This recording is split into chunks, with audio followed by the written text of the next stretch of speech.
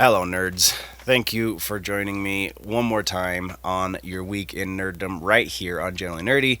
That's right, this is the Week in Nerddom. This is your place to come twice a week, normally twice a week, for all of your nerd news headlines, all of the music news, all of the gaming, comic books, TV, and movies. All of that stuff we talk about right here, and everything in between. Next week is going to be an exception to our twice weekly rule. We are only going to get one episode as I am going to be knee deep in Comic-Con, if not deeper. But let's jump into the intro and then we can continue doing housekeeping.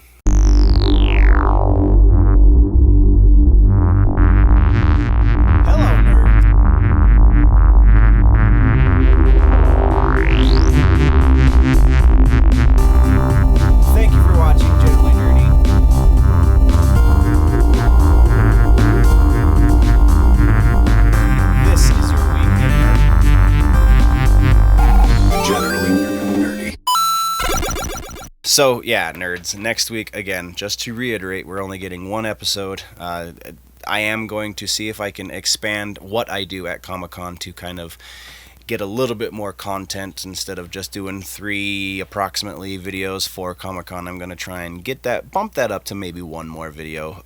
Don't know exactly what it's going to be, maybe another interview video, I don't know, but working on it. So that is coming your way from Salt Lake Fan X. And that's all we really have. There's so much stuff going on over at Big Show Entertainment Network right now. If you haven't dropped by there, you should definitely do that. Big Show Entertainment Network, Ben Reality TV. So much. That's part of the reason I think why the voice is gone. But yeah, let's get into the news. And this is going to be a very quick episode. It is late. Obviously, this is not going up when it normally does because that was a couple hours ago, and I'm just now filming, so, but also this and other things and lack of sleep, and let's just talk news, shall we?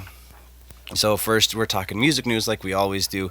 In music news, I really only found one thing that I wanted to bring up. Again, so many factors have gotten in the way of research today. We still have plenty to talk about in TV and movies, but the other 3 sections are kind of slim pickings, partially again due to all of the extenuating circumstances. So Pusha T, it's not even heavy music, it's not even metal, we're talking hip-hop. Pusha T put out a new song called Coming Home, and it is featuring Lauryn Hill. Find the link in the description. I have never really listened much to Pusha T, but this is quality hip-hop, and he's a newer act, like pretty new in comparison to the stuff I listen to anyway. I mean, I'm sure he's been around for a while, but this is a decent song. This is definitely worth a listen. The record that this comes off of, I'm going to definitely stream that and see what else there is to listen to, but that's all we've got for music. All right, we are jumping into TV news, and like I said, feeling under the weather, we're going to try, there's a lot of ground to cover. We're going to try and cover it as quickly as we can. First up in TV news, we have the official announcement that production has begun on the reboot / prequel / whatever Penny Dreadful series on Showtime. Penny Dreadful and the City of Angels has begun production officially, according to the show's official Twitter account. Next is kind of a sad note for all you OA fans. It seems that a movie is out of the question. It seems that another studio picking up the series is also out of the question. Being as Netflix is the sole producer of the series, they're not going to option it out to a different production company. And the showrunners wanted to keep this show going for 5 seasons.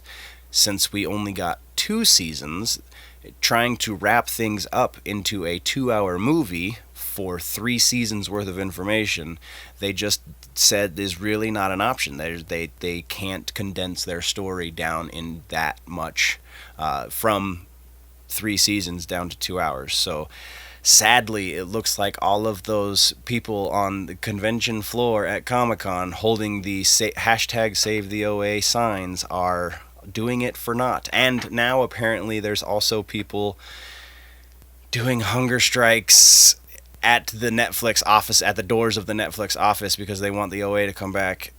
Sorry guys, just not in the cards. I want to toilet made of solid gold, but we can't have everything now, can we? Next, we're talking about The Watchmen, and it seems that the release date for this new HBO series has been leaked. And not by just any old source, by TV Guide. That's right. TV Guide published that they'd got an interview with the showrunner for The Watchmen, and part of that announcement showed the release date of the series. The episode 1 is apparently going to be airing on October 20th, so it's coming a little bit sooner than some of us anticipated. Next is kind of a personal one, Food Wars, aka Shokugeki no Souma, an anime that is I didn't realize it was on Adult Swim right now, but it is apparently on Adult Swim. The manga that the anime is based on is coming to its conclusion. The epilogue is being released very, very soon, and that, though, doesn't mean that the series is going to end necessarily, because the series is coming back for a 4th season, and they just signed that the manga is going to be released stateside via Viz Media as an English language translation. So you don't have to look up the Japanese translations anymore. There's going to be an English version of the manga. I'm hoping, and since it's on Adult Swim, this might be the case. I'm hoping we get a dubbed version of the anime as well, because the one I've been watching is subbed, and for this I would prefer a dub, I think. Next up is actually one that's technically a couple weeks old, and it's interesting. I heard a rumor, read a rumor, heard a rumor, kind of the same thing, that Stranger Things Season 4 has confirmed, though not officially, just through signing of contracts, that David Harbour is going to be in the series, is going to be in Season 4. So the rumor was that Harbour had signed another contract for Season 4. So I went looking, and a couple of things came up in my digging. First was that the Duffer Brothers, the showrunners, producers, directors, writers, the guys who do the Stranger Things, they did an interview with Entertainment Weekly on the 12th, in which they refer to the incident in the final episode as Hopper's Han Solo moment, in reference to Empire Strikes Back. As we all know, in Empire, when Han sacrifices himself, he comes back in the next movie. So that was really interesting. But then you do a little bit more digging, and you find out that initially Harbour's contract was for 4 seasons. You combine these two pieces of information, and we know that Hopper is not dead. We do not know, however, that the American that they reference at the end of that episode is Hopper. We just know that somehow, some way, Hopper will return. And the final piece for TV news in this episode is the new Dave Chappelle. Sticks and Stones is the new stand-up. No news. I mean, there could be news, but we're not going to get into the politics. It's just hilarious, and I wanted to bring it up because I feel like it's getting too much negative press. If you like Chappelle, if you understood Chappelle's show as being an equal opportunity making funner, equal opportunity joke maker, let's put it that way, then you will love his new stand-up. It's hilarious. Stick around after the credits. There's another 20-something minutes worth of Q&A. And yeah, definitely worth a watch. But that's the end of TV news. Let's talk movies. And in movies, we have... I know, not everyone's a big Mortal Kombat geek like I am, but we're talking a little bit more Mortal Kombat. We got some more casting. I don't generally cover every casting announcement ever. There's plenty that I skip by, but because I am a Mortal Kombat geek, we're talking casting. I'm sorry. That's just the way it goes. Chin Han and Hiroyuki Sanada have both been cast in the new movie. Chin Han has been cast as Shang Tsung, so they are going with a little bit of a younger Shang Tsung. And if you don't know that name, you will recognize the face. He was in Dark Knight Rises. He was the Squealer, as the Joker put it. I recognize a squealer when I see one. Yeah, that's the guy. He's the money guy. So that's Chin Han. And then Hiroyuki Sanada, who will be playing Scorpion, which is an interesting choice because of the age of the actor that they got to play Sub-Zero. Sub-Zero and Scorpion are supposed to be approximately the same age, especially if they're going for the older Sub-Zero rather, the first Sub-Zero, if you will, though in the mythology it's the sixth Sub-Zero. But as far as the games are concerned, he's the first. He's the older brother of the one that is currently in the game. Again, if you don't recognize the name, Sanada has done quite a bit of nerdy stuff. Let's read, shall we? He was in Westworld. He is one of the big guys in the Shogun world. He was in Endgame. He's in Army of the Dead, which is the new Snyder movie that's coming out. And he was in The Wolverine. Not Wolverine Origins. He was in the second one that was slightly better. So those are actually, as much as I think it's an interesting choice to go older with Scorpion than you did with Sub-Zero, I think that actor has the chops to give us a great performance as Scorpion. And also, very likely we're not going to see a whole lot of him after he becomes Scorpion anyway. A whole lot of the actor, because, masks are a thing in the world of Mortal Kombat, so theoretically in future movies they don't have to go with this guy. They can go with somebody younger who can do the physicality, but I feel like Hiroyuki, even though he is a little bit older, that the Hollywood idea of old actors can't do young roles, I think or can't do action roles even. I think we've learned in recent years that that's not really the case. I mean, Last Blood is coming out soon, and how old is Stallone these days? Also, the new Terminator, and how old is Schwarzenegger these days? So it'll be good. I have confidence in this casting. Next, we're talking Suicide Squad. Taika Waititi apparently just has too much free time on his hands these days. And I say that, I know you can't tell because the voice and the sickness, but that's oozing with sarcasm. James Gunn is apparently in talks with Taika Waititi for Waititi to play an undisclosed role in the Suicide Squad movie. I know I've heard a lot of nerds on the internets saying that wouldn't it be awesome if he was King Shark? Well, we know that's not the case, but very likely he's going to be the Slipknot role. No confirmation that the Slipknot character is going to be in this movie, but if you saw the last Suicide Squad movie, you know what I'm talking about. He's the one that is going to create the stakes for the squad, if you will. So it's not finalized, but that is the direction it looks like it's going. Next, speaking of productions, the end of a production, the new Saw reboot sequel thing that is being helmed by Chris Rock and starring Chris Rock and somehow Samuel L. Jackson. That movie has just finished production.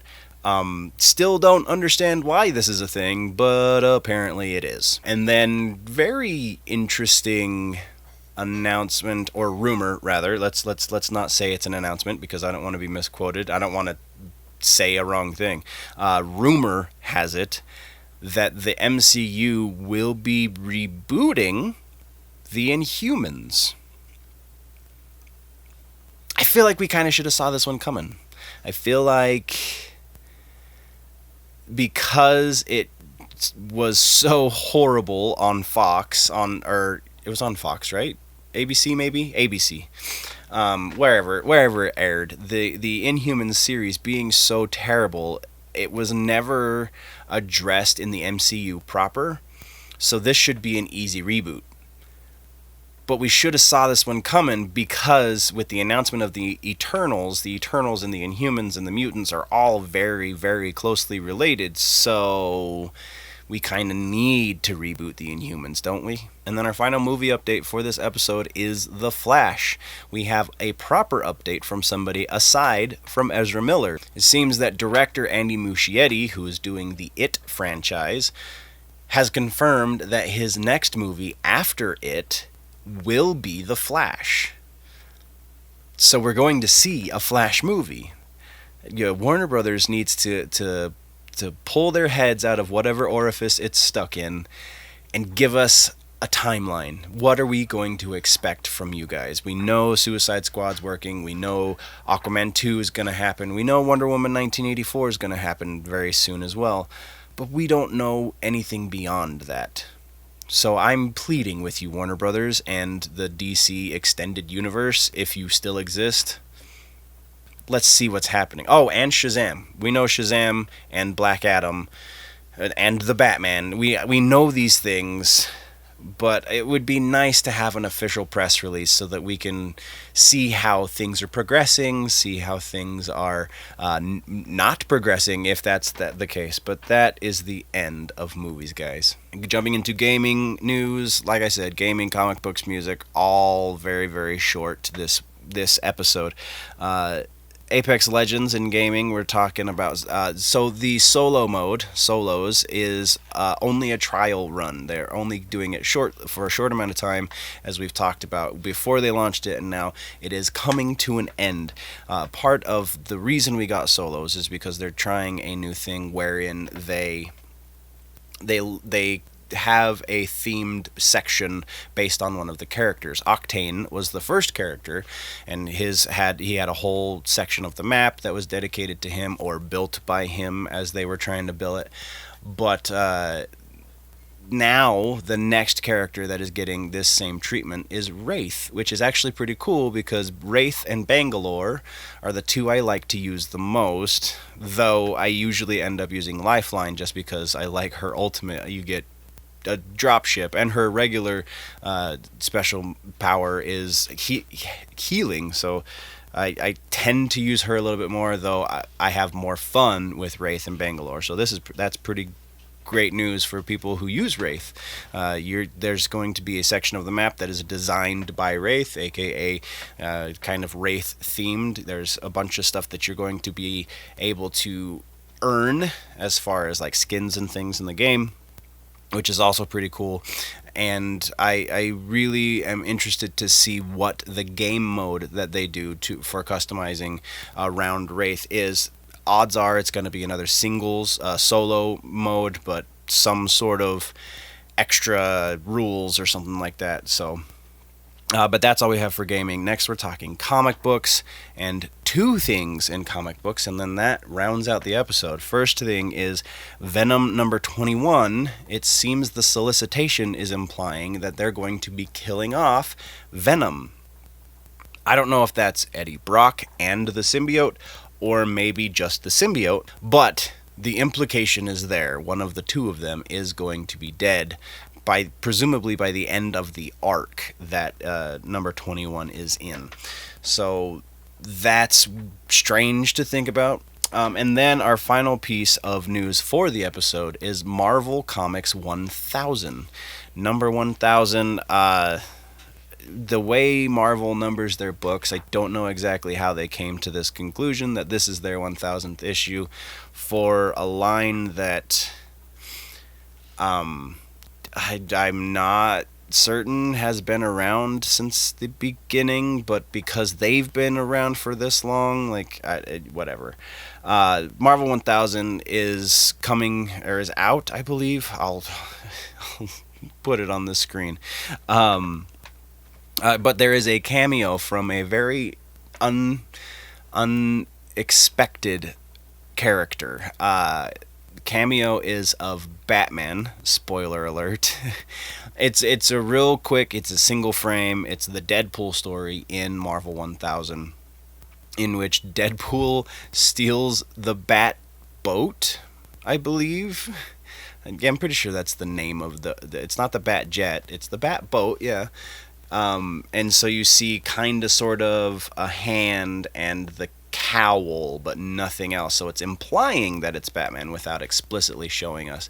And then the boat looks very much like the Schumacher Bat boat. So that's all I got. That's next episode. Hopefully I'll be feeling better, but we are gearing up for a long journey to Salt Lake City, and maybe I'll cut the next one short too. I don't know. We'll see. Anyway, thank you, nerds, for joining me on your week in Nerddom. What did I miss? What should we talk about next week? Let me know in the comments down below. If, though, you want to go deeper into the conversation, jump over to the website. GenerallyNerdy.net is the place, and Patreon.com /generally nerdy. Whoa, brain just stopped working. Patreon.com /generally nerdy is the Patreon, so you can support the channel more directly, so I can afford to cover more cons and show you all of the really cool stuff that is happening in case you can't make it to the con. So yeah, go support the channel on Patreon, become my patron, get extra stuff, and help me give you extra stuff. That is the way that works. If you're new to this channel, though, click the subscribe button. If you like the episode, there's a like button. If you didn't like the episode, there's one of those too. If you're falling behind in your nerd news and you want to catch up, then you can click or tap one of those two boxes right there to the left of my face to do that. But before we go, always remember, guys, that if it's generally nerdy, it's probably here.